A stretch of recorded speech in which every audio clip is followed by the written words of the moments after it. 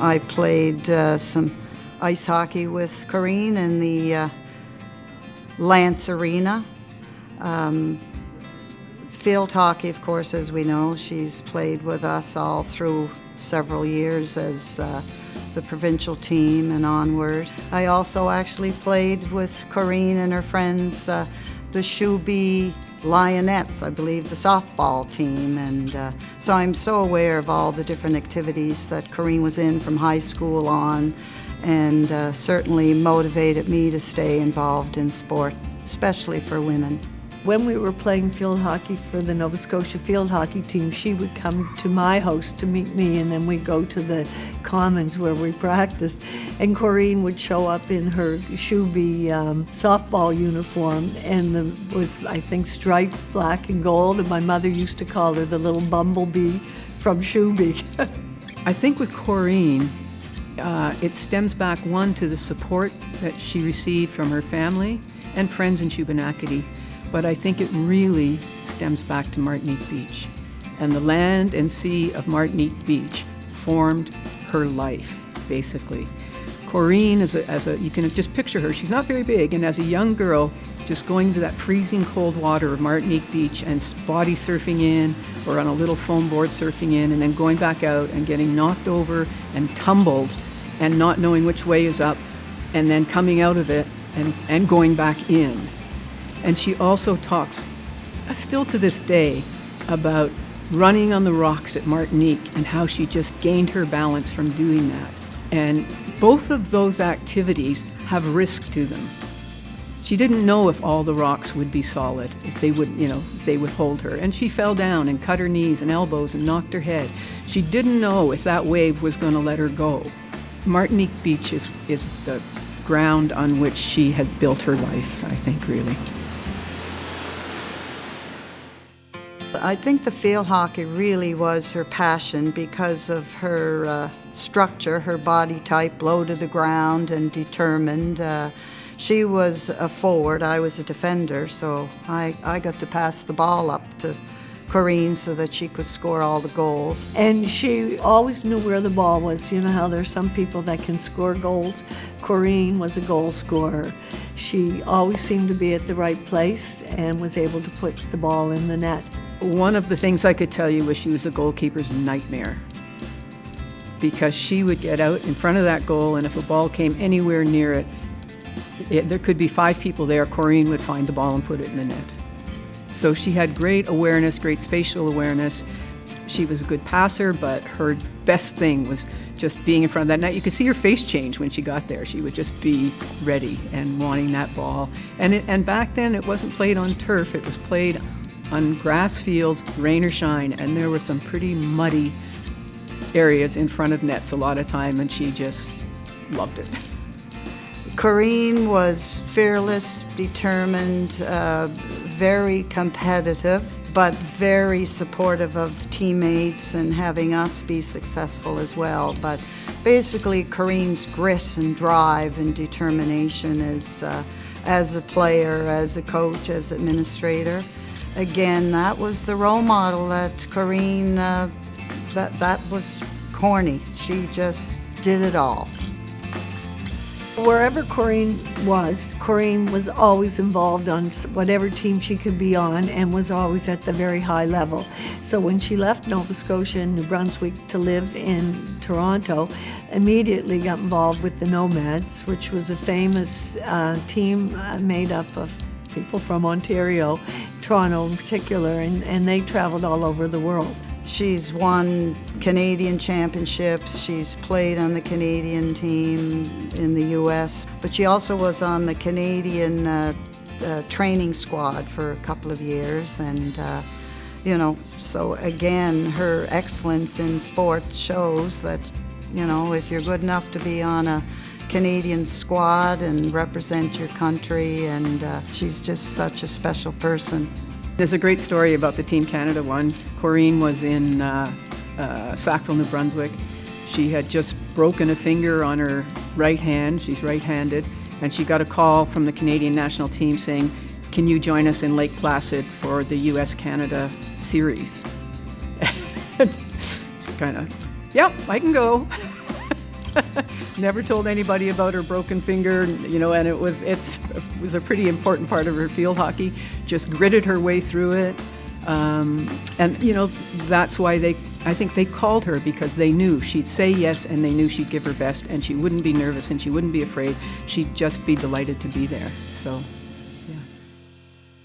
Girls or women of that time who were athletes and who had somehow developed a love of sport, knew that they couldn't just be the players. They knew that women's sport needed to be built.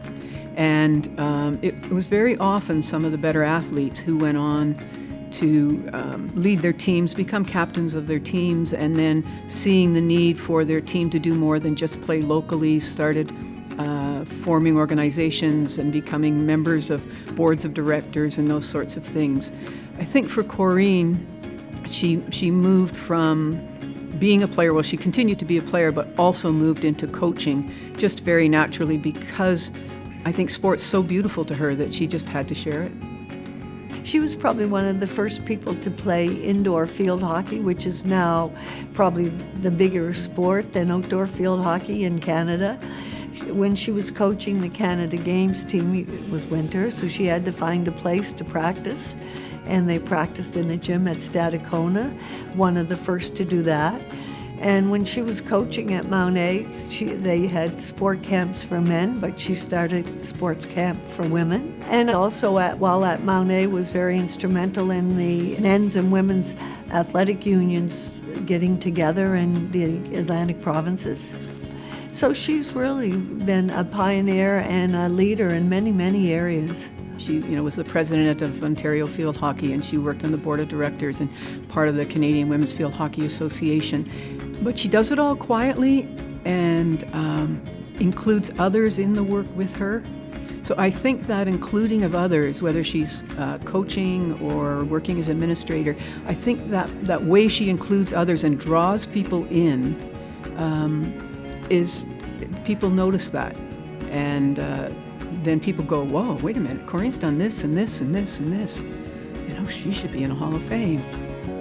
Coreen was thrilled to be invited to go to Russia, and she was a very good choice because she's always open to learning new things and new innovation. And at that time, Russia was one of the leading countries in Olympic sport. That explains Coreen to me, who none of us would have thought of it.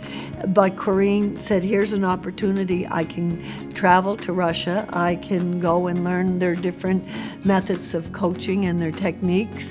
She went with two people that I knew from St. Mary's, Brian O'Byrne, Brian Langley, and Bob Boucher.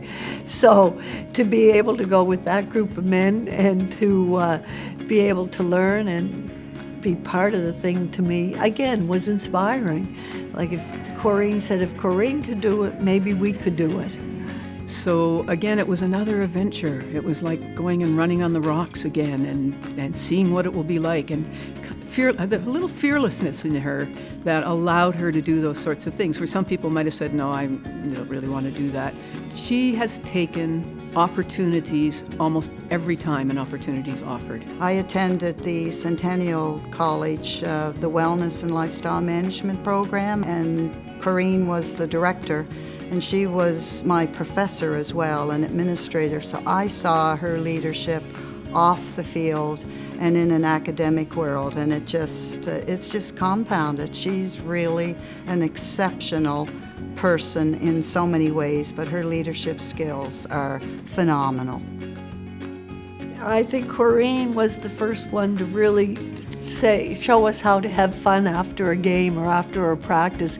We were taken out to her cottage in Martinique and had a few rums and cokes. We got out the boogie boards and went out and surfing, and that was Coreen. Always something to do that was going to be fun and exciting. We did a couple of trips to Bermuda as a group to play field hockey, and needless to say, we had a lot of good times, and in and out of the ocean, in and out of the various bars for sure.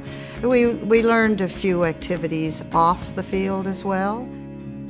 Just last fall, she was inducted into the Canadian Field Hockey Hall of Fame, and the accolades and her accomplishments and the recognition in the Canadian Field Hockey Sport Hall of Fame was just exceptional and exciting to be there. And I think that was a major recognition of everything that she's done for field hockey, not only in New Brunswick and Nova Scotia, but also in Ontario. She's been inducted in the Fredericton Hall of Fame as a member of the UMB basketball team. And through her work at Centennial College, that she's been inducted in several Hall of Fames. One as a builder and one as an athlete. I know being in a Hall of Fame is important to her in some ways, but what's more important is the story that put her in the Hall of Fame. Oh, she's thrilled about this one. I think of all the ones she's been placed in, I think this will be the most important one to her. Congratulations, Coreen, or Corney, as I know you best, in your induction into the East Hants Sport Hall of Fame. You deserve it.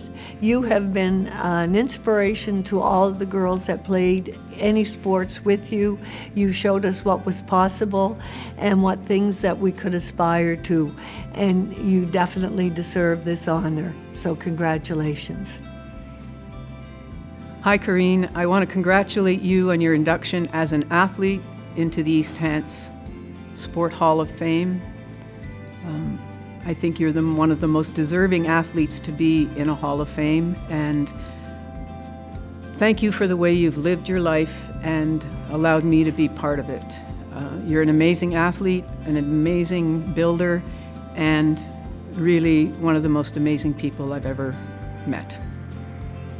Love you. Hi, Coreen,